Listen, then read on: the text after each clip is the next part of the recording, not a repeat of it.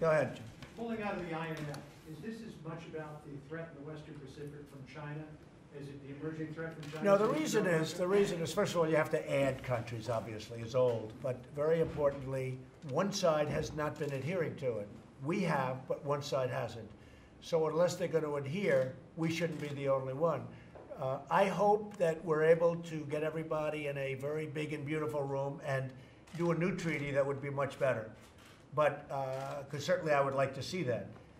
But you have to have everybody adhere to it. And you have a certain side that almost pretends it doesn't exist, pretty much pretends it doesn't exist. So unless we're going to have something that we all agree to, we can't be put at the disadvantage of going by a treaty, limiting what we do when somebody else doesn't go by that treaty. Okay? Thank you. Thank you very much, everybody.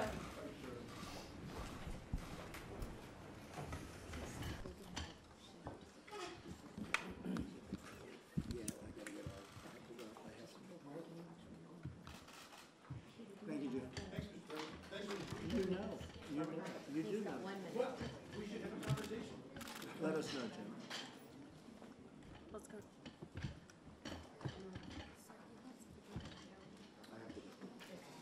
I've got some people waiting, so I'm going to be heading out. I'd like you to stay here and discuss it if you could. Just tell them I'll be there.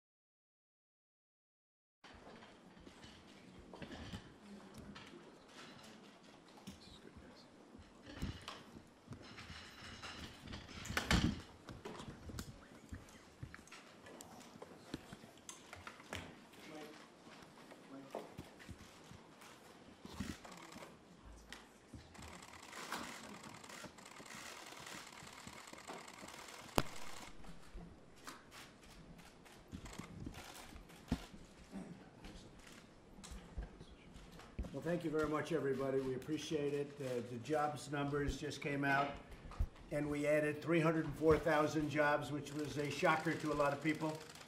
It wasn't a shocker to me. The country is doing really well. We have the strongest economy anywhere in the world by far, and we're the strongest nation in the world. So that was really good, but those numbers were very, very impressive. Labor force participation rose 63.2. and rose to 63.2. That's a great number. Hourly earnings rose for people working. The earnings rose. Those are numbers that you didn't used to hear very much. So we're very honored, but very importantly, we added 304,000 jobs. Estimates were 150 to 170, and it turned out to be 304,000. So that's a big, big number. Companies are reporting extremely well. Numbers on earnings have been great. And I think we are headed in a very, very powerful direction. Other countries are not doing well. Actually, that's probably, in many ways, that's one of the headwinds that we have, because other countries in other areas are not doing well, and we're doing fantastically well. So we'll take that every single time. But would like to see others do better. China's having a very tough time. As you know, Europe, the EU is having a pretty tough time. So I guess it makes our numbers look even more important. It makes them look even better. We're here to talk about human trafficking on the southern border. This is a group of incredible people who we've been working with in different levels and different forms, and they're going to be speaking, most of them, and telling you some stories and how we need border security. And if we don't have it, the Democrats, frankly, will be doing this country a tremendous disservice. Nancy Pelosi is doing a very, very great disservice to our country, and I think she's got to get on the ball, because we're going to have a wall that's being built anyway. But if you don't have it, human trafficking, just as an example, when you see today what's going on, people that aren't willing to do what they have to do, and they know what they have to do, they are doing the country a tremendous disservice.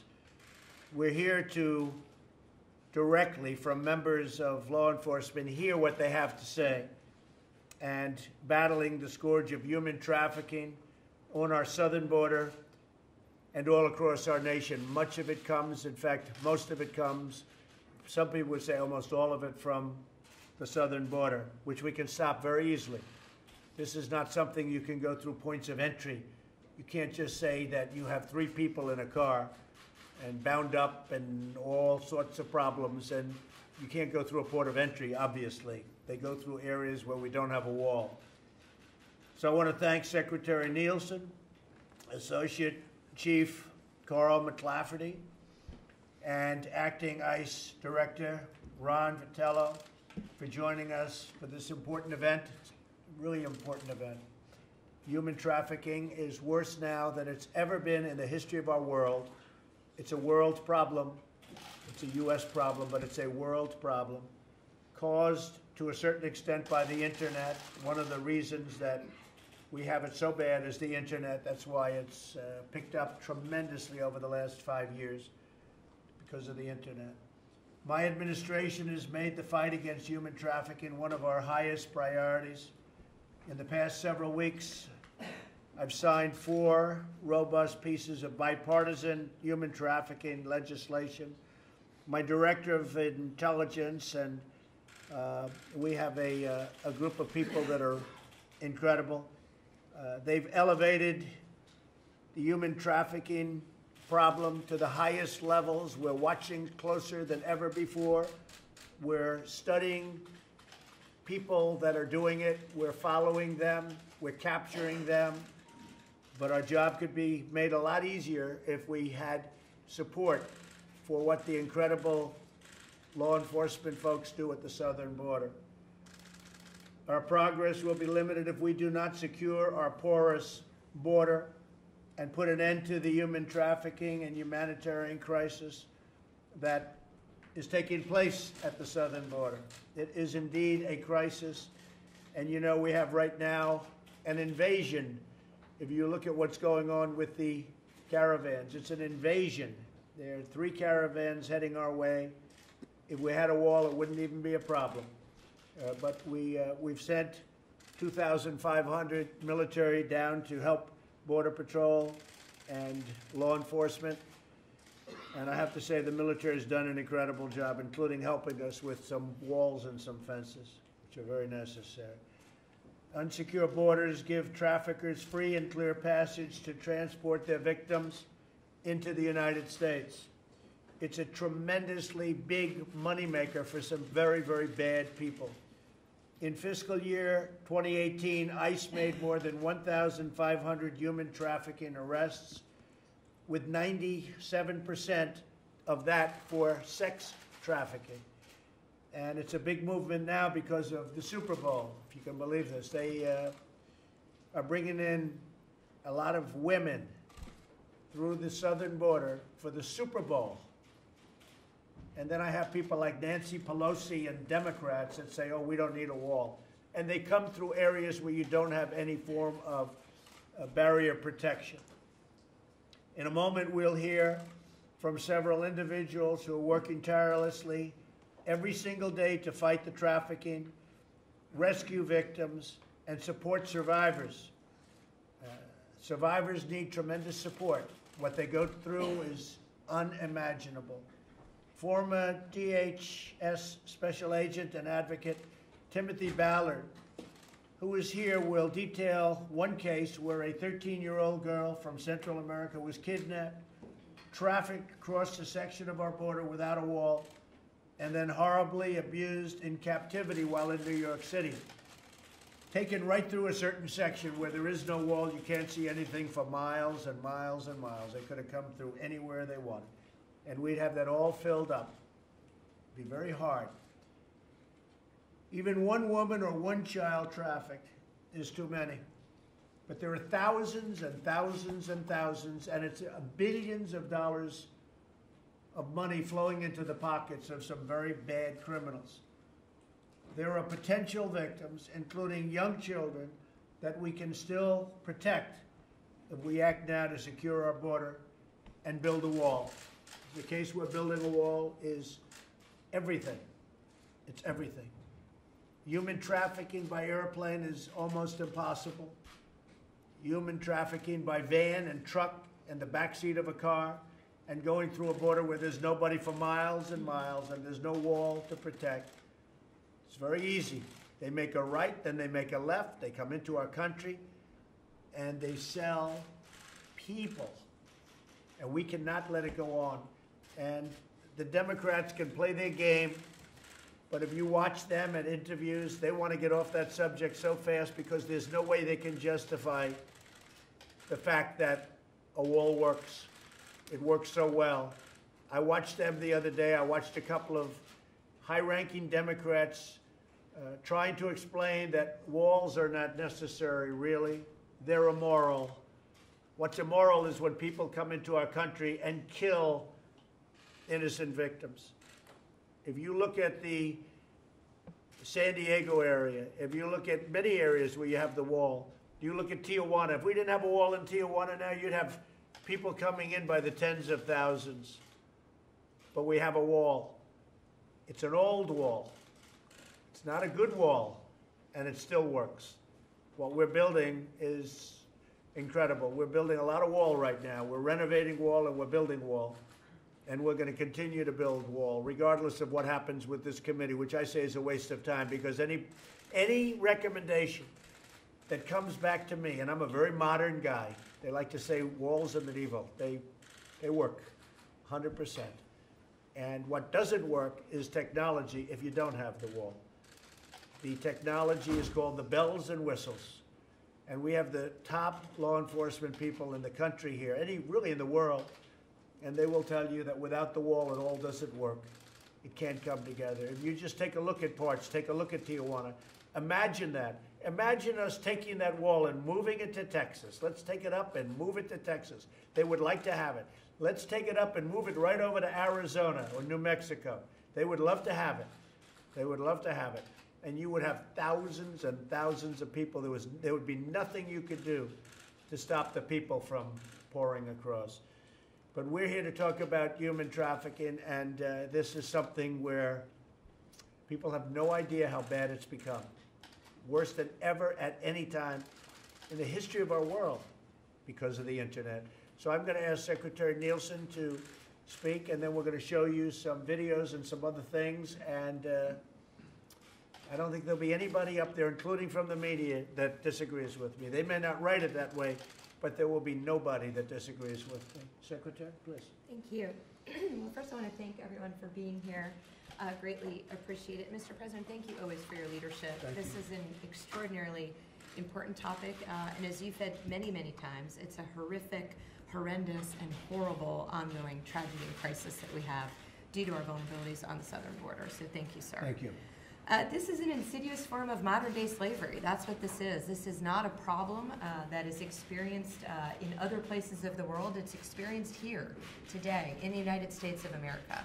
It is something that this entire administration is committed to combating. It takes very close coordination with state and local governments, but also with our international partners to take down the transnational criminal organizations that are at the heart of this crime. And before we turn to other people, I just want to talk a little bit about the fact that this is directly related to our unsecure southern border. Transnational criminal organizations have taken advantage of our unsecure border.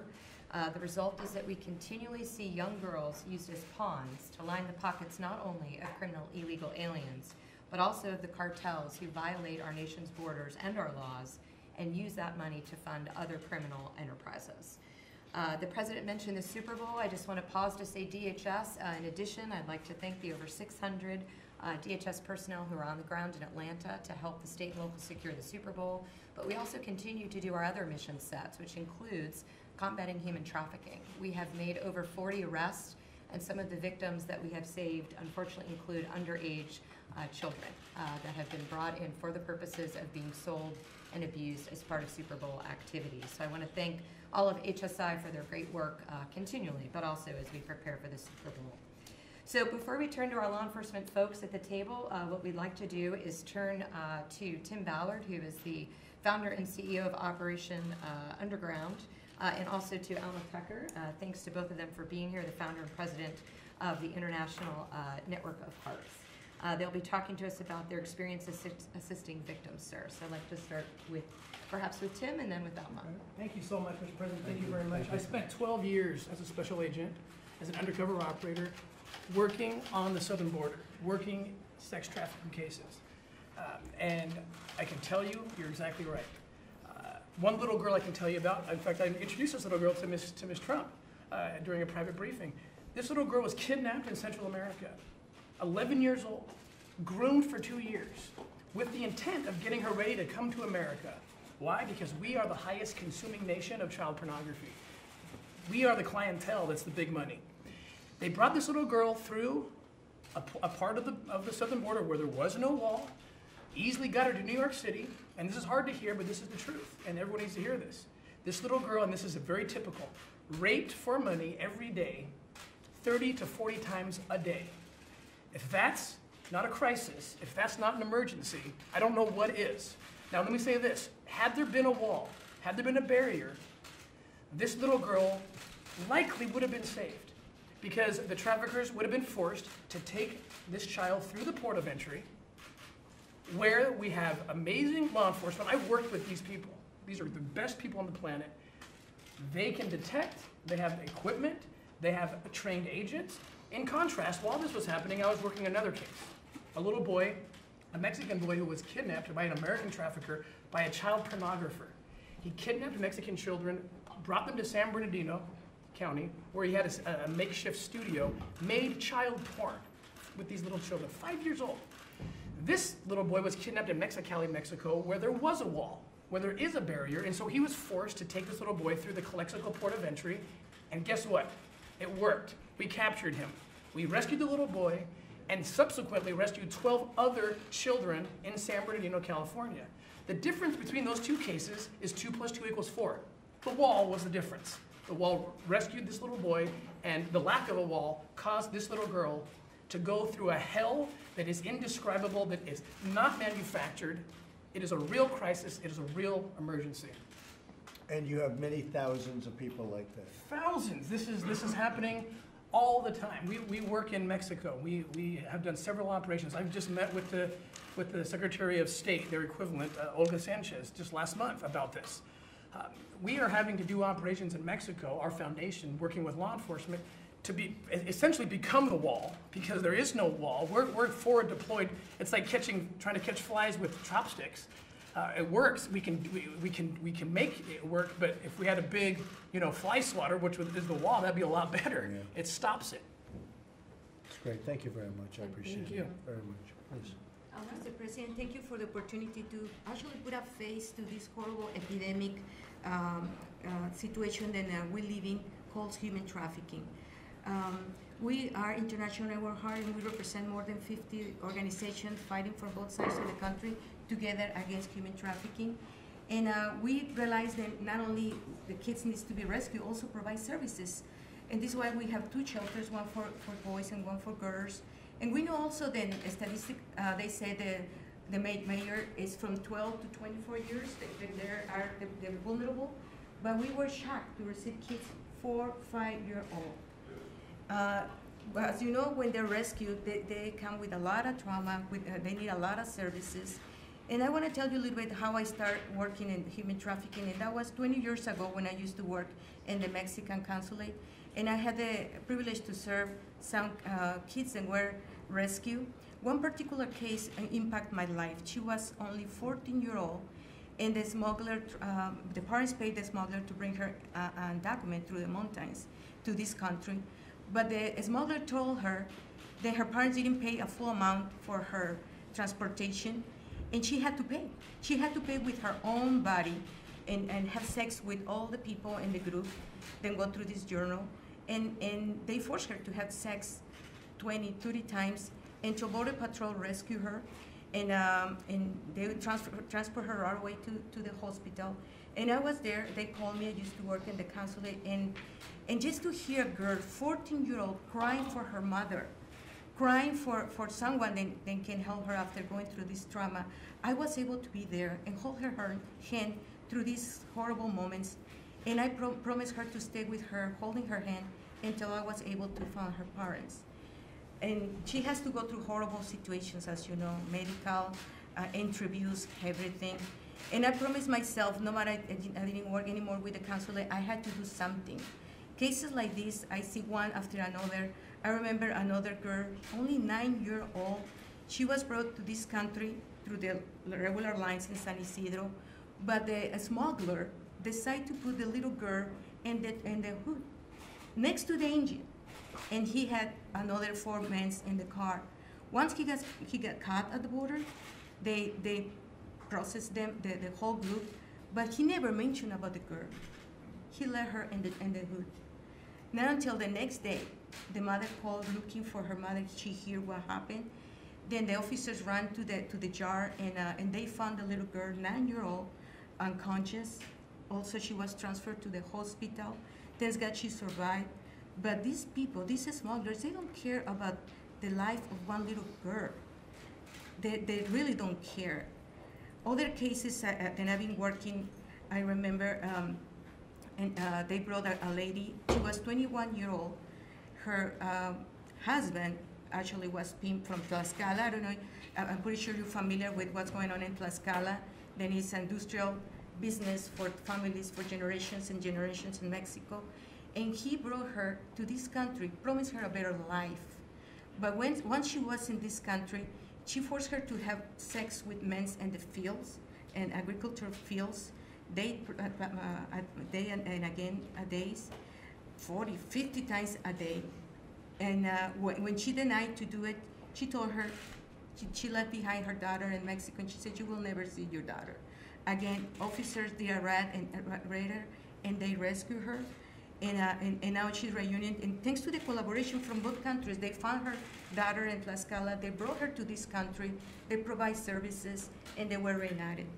Then I know it's necessary to increase the collaboration from both countries, because it's something that is happening, but we need to do something to stop.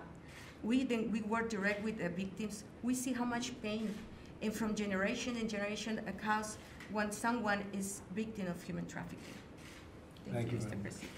President. Thank you. And sir, I'd just like to thank Ivanka Trump, who's been such an amazing advocate and support of the victims and raising awareness. Thank you.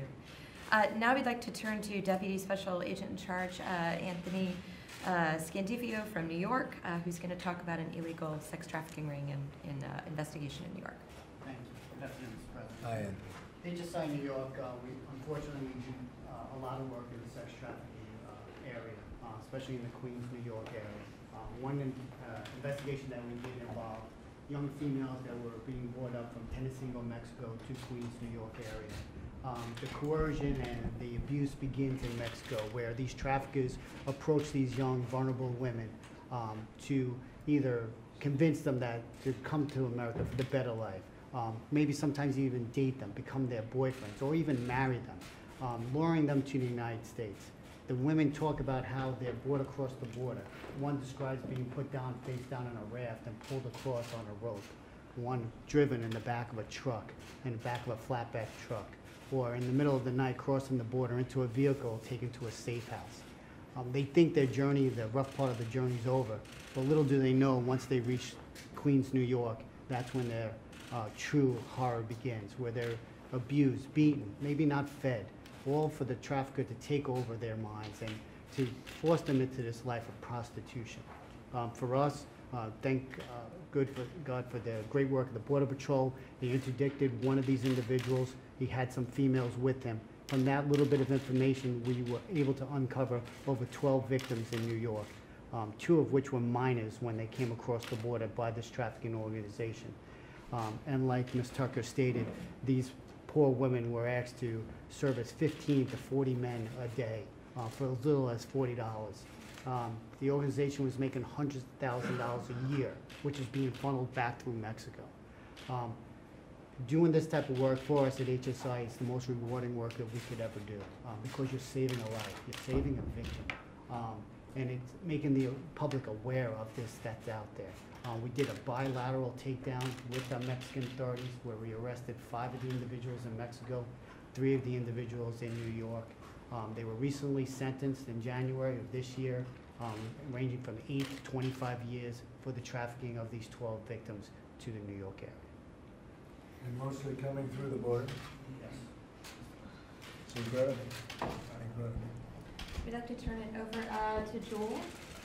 Joel's going to talk about Operation Safe Haven. This was a ring that was operating from Georgia to Texas, sir. Mr. President, thank you for having me. Thank you very much. My name is Joel Roundtree. I've been a special agent for approximately 16 years now. And at HSI, we work a variety of cases. And I'd submit to you some of the most important ones we work are these trafficking type cases. They allow us to not only make a difference in these people's lives, in the victims' lives, but also, really to put some bad guys in jail. So one of these particular cases is Operation Safe Haven. I'm out of Savannah, Georgia office for Homeland Security, and we uncovered a sex trafficking circuit there that was operating in Georgia and also in 9 other states, including North Carolina and Texas. They had recruiters, very similar to what we've heard here today already, operating in foreign countries and would lure these girls, mainly uneducated and from poor backgrounds, into the United States with the American dream that so many people have. And when they get here, it's really a nightmare. These victims that we interviewed as a result of our case told us, and I'll just use their verbiage, that they were taken and broken in houses prior to being put on this 20 brothel circuit that we were able to take down at the end. They described how they would be forced to service up to 30 men per day at these brothels, where they'd work for 1 week, and then at the end of their week, they were transferred to the next one. And it was just an endless circuit that they stayed on. We conducted an investigation for approximately 18 months. We deployed a variety of investigative tools, mobile tracking devices, covert cameras. All this led to wiretap affidavits where we intercepted communications occurring over telephones utilized by members of the organization. That in turn led us to a federal indictment in the Middle District of Georgia of 40 individuals. And they ranged at every level of this organization, from the customers that were at the brothel to the transporters to the traffickers. We were also able to arrest 36 of those while rescuing 15 of the victims out of these brothels. They were provided services by our victim assistant coordinators in their areas, including food, clothing, shelter, and the like. So we considered it pretty successful. Great job. I've heard you do a fantastic job. Thank you very much. Appreciate it. Now we'd like to turn to Carl, and sir, this is particularly horrific, what Carl is going to describe. There are some parts of this that are law enforcement sensitive, so he will keep it at the appropriate level. But what he will describe is the child recycling ring that we have previously talked about. This is a crime, sir, where smugglers take children and they bring them again and again across the border to enable other criminals to enter our border under the loopholes in our laws. So Carl, please. Thank you. Thank you. As you know, 2008 of October was the first time we ever had more family units than single adults apprehended. So the family unit issue has become something of a crisis for us. In Yuma, Arizona, we were catching groups of Guatemalans, family units, turning themselves into Border Patrol, crossing around where the fence ends. And our agent started looking into it and found that some of the sponsors, after they were released, were the same person, the same address, the same phone number. So they reached out to HSI in Charleston, South Carolina, where these people were going. HSI looked into it, said, yeah, there's something going on here. Why don't you come out, we'll do this case together. They went out to Charleston, followed a group that actually got released. They were picked up by the sponsor. Immediately after that, the smuggler pulled over and put a bag of trash in a dumpster. Agents recovered that. Inside was their ankle bracelet, their legal documents, already discarded by these sponsors, which ended up being a smuggling organization. They investigated this case, were able to tie this back to a larger group that was smuggling Guatemalans into South Carolina and other places. Out of this, they were able to get 8 indictments and 11 warrants served, resulting in 24 illegal aliens apprehended. And one of the indictments was a woman who was being paid $1,500 a child to take the children back to Guatemala who were not part of actually the family unit. So she claimed to doing this 13 times. And so we found out they were recycling these children. They would bring them up, smuggle them, part of family group, recycle them back to Guatemala, put them in another family group and come back up. So this was, obviously exploitation of these children. Thank you very much. Appreciate Carl. it. Thank you very much. And now we'd like to turn over to Amy Allenser. She is an ICE victim advocate. I had the pleasure of hearing a brief from her a couple weeks ago. She is a very powerful part of what we do to help the victims and survivors, and I'd love for her to give you a little bit about what she does. Thank you. As working with HSI in Division 4, there's a component there called the Victim Assistance Program, and I'm part of that, along with 26 other victim advocates that sit in all of our offices. As a forensic interviewer, my job is to investigatively interview alongside with an agent a victim of human trafficking and child exploitation. I've done over 6,000 interviews in my career. This is all I've done for 25 years.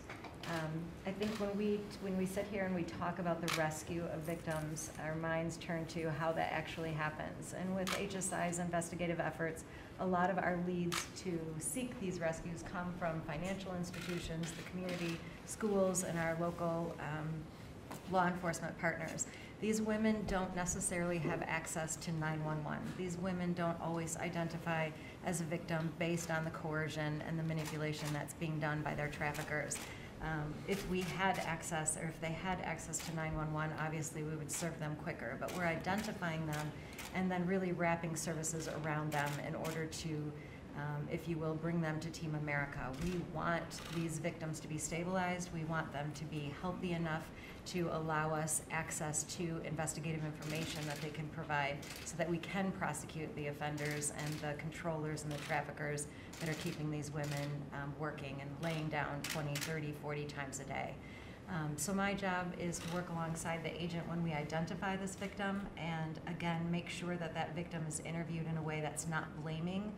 We certainly don't want to ask victims of human trafficking, how many men did you have sex with each day? We want those women to be met with non-blaming language, such as how many men had sex with you. You know, this is not their fault. No matter what they look like, no matter how they're dressed, you know, our idea of them or what our community thinks of them, when they're being controlled and coerced into this kind of an environment, it's our job to help identify that and then, like I said earlier, to rescue them. So we look for additional support all the time in our program because, again, the outreach that we do to the community and to the people that are really have their eyes and ears there to identify them is important to us. You know, our Blue campaign that is run by HSI and ICE, the slogan is hidden in plain sight. And I think that's such an important slogan to have because these women are among us. Obviously, when you talk about the Super Bowl, we talk about women that are there. There's other people there that need their eyes and ears to help identify that, but they are hidden in plain sight.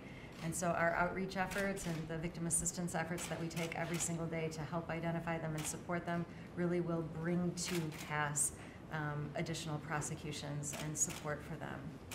Thank you, Mr. President. Thank you very much. Finally, so one more. Jim, at the appropriate level, is going to tell us a little bit about how technology plays a very important role here. I'm extraordinarily proud of what HSI and ICE bring to the table in terms of their investigations. So please, Jim. Mr. President, thank you for having me. I want to talk about HSI's role in using technology to fight these types of crimes. We're definitely a world leader in applying technology and in doing victim-centric investigations. I founded our HSI's Child Victim Identification Program and Laboratory back in 2012. I've dedicated my career to identifying and rescuing victims of these horrendous crimes. In doing so, we apply several different pieces of technology. I actually have some demonstrations here for you. So one of the things that we do quite often, and what you see here, is a sanitized image of an offender's hand abusing a victim that we've removed from this image, but in that image, we were able to pull the fingerprint of the subject from that image and thusly identify that subject through the fingerprint. We routinely do this now. As And if we- I can interrupt, Jim, that's even though the fingers are not facing the picture. Correct. So the technology enables them to pull the prints from the photograph. So another thing that we do often are comparisons. So after the fact, after we've identified and rescued the victim usually, and we have imagery, again, depicting, we have a lot of hands in our imagery. So this is a case of having individuals' hand from the abuse imagery and then having exemplar images from a search warrant photo and using the dermatological markings from that person to be able to draw the inference that it is the same person. And so we do a lot of comparisons, and pretty much anything that can be photographed or depicted in imagery or video, we can do a comparison of, as long as we have an exemplar. In this case here, this is use of some creative technology, but also some external expertise. So here we have a child depicted in an outside environment. That child is horrifically abused in imagery and video that we have seized, as well as some of the non-abuse imagery. So what we did is we sanitize her away from the image, so we just remove her using different image editing tools. And what we did here, we noticed that there's some plant life, there's flora and fauna. In the bottom right in the red circle is what was called a dwarf palm. We then, with the National Center for Missing and Exploited Children, a strong partner of ours, we submitted this image to the Smithsonian Institute, and an expert in flora and fauna was able to tell us that that plant is only going to be in the areas in green that you see on the map here, primarily Southwest United States and Florida. Using other imagery from that, there was a playground. We worked with the playground manufacturers and with certifying bodies of playgrounds throughout the United States. And through that, we're able to identify that that specific playground was just outside of Houston, Texas. That allowed us to focus on a specific neighborhood in Houston, Texas. And within hours, we identified that child and apprehended the offender and rescued that child from horrific and ongoing abuse. The rest of my briefing is law enforcement sensitive, sir. Okay, that's fine, Jim. Thank you very much. You do a great job. We appreciate it. Kellyanne, do you have anything to say? Sir, thank you so much, and Secretary Nielsen and Ivanka Trump for just convening us and allowing the press to come in, because so many times I just think Americans are not hearing the basic facts and figures, not appreciating the tragedy that so many of these young victims endure day in and day out, and really the very brave and important work of the men and women around this table and all that they represent, all the people that they represent. Sir, coming fast on the heels of the largest seizure of fentanyl by the Border Control in our nation's history. Yes, through a port of entry, but that's what we know about. It's all the things, as you hear here, that we don't know about. The perilous journey that people are taking, that they're forced into. And I think this is exactly why you're asking for a physical barrier as a centerpiece of a larger immigration reform package. Something that people cannot drive through, walk around, crawl under, or climb over. Something that keeps the likes that we've heard today out. Keep them on that side of the border, or let them come legally. Keep the drugs out in human trafficking. We want these young girls and boys to have a better life, and it's not going to happen if people feel like they can just drive them over the border and into Queens, New York, as you heard today. So thank you very much for your leadership. I really hope the Democrats will see this as a nonpartisan issue, looking for bipartisan solutions. That would be nice. Ivanka? I think we heard some incredibly powerful stories today, and I do think for so many people this is viewed as an international issue.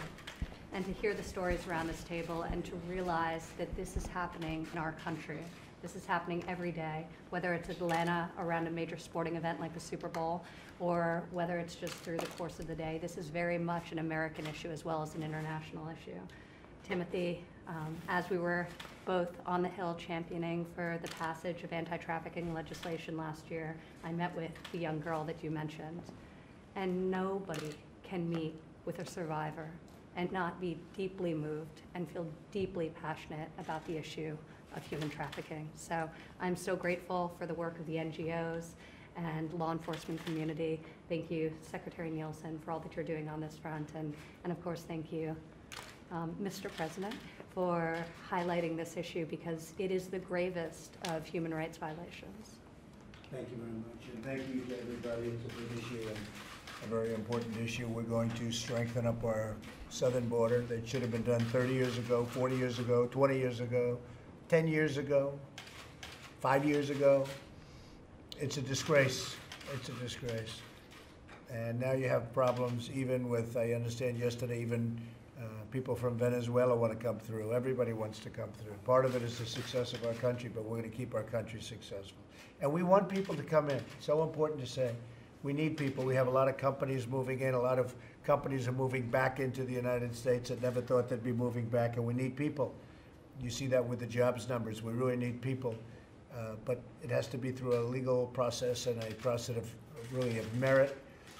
But we do want people coming into our country. They have to come in legally.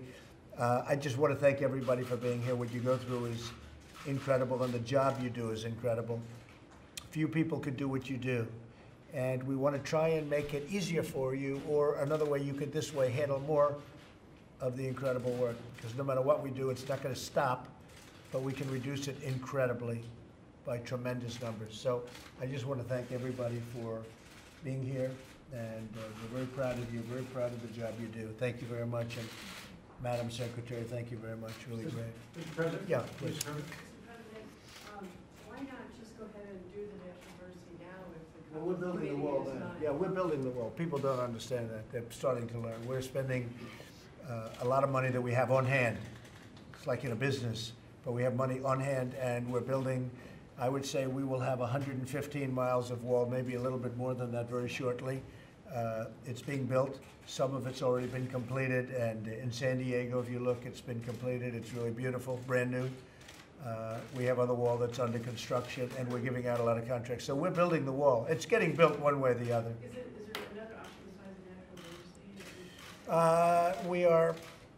We are doing things right now. I mean, we're building it with funds that are on hand. We're negotiating very tough prices.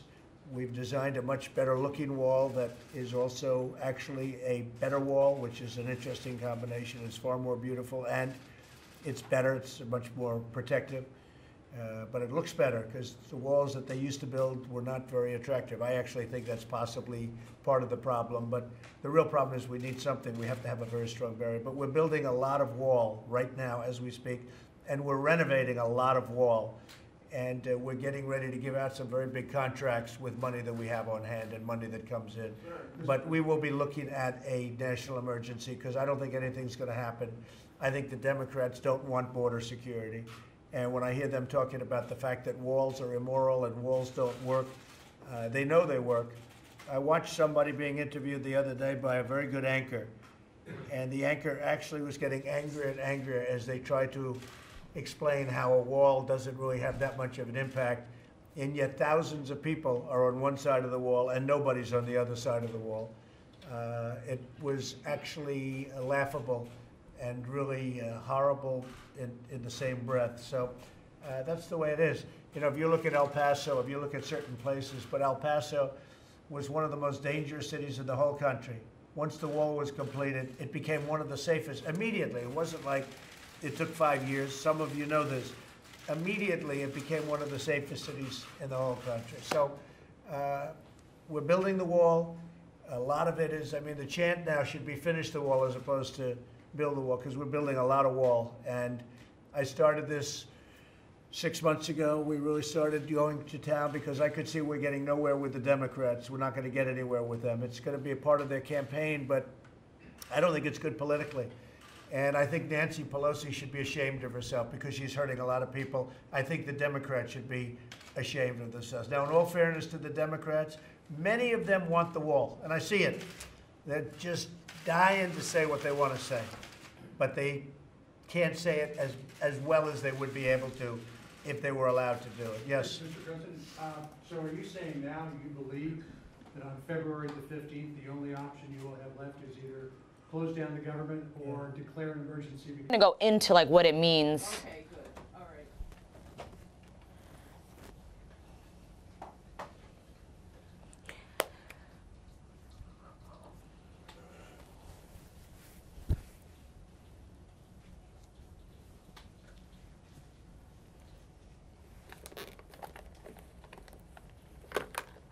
Have a little room for a short Pelosi, not the same bite we used yesterday, but a short Pelosi bite, just to break it up from being all him.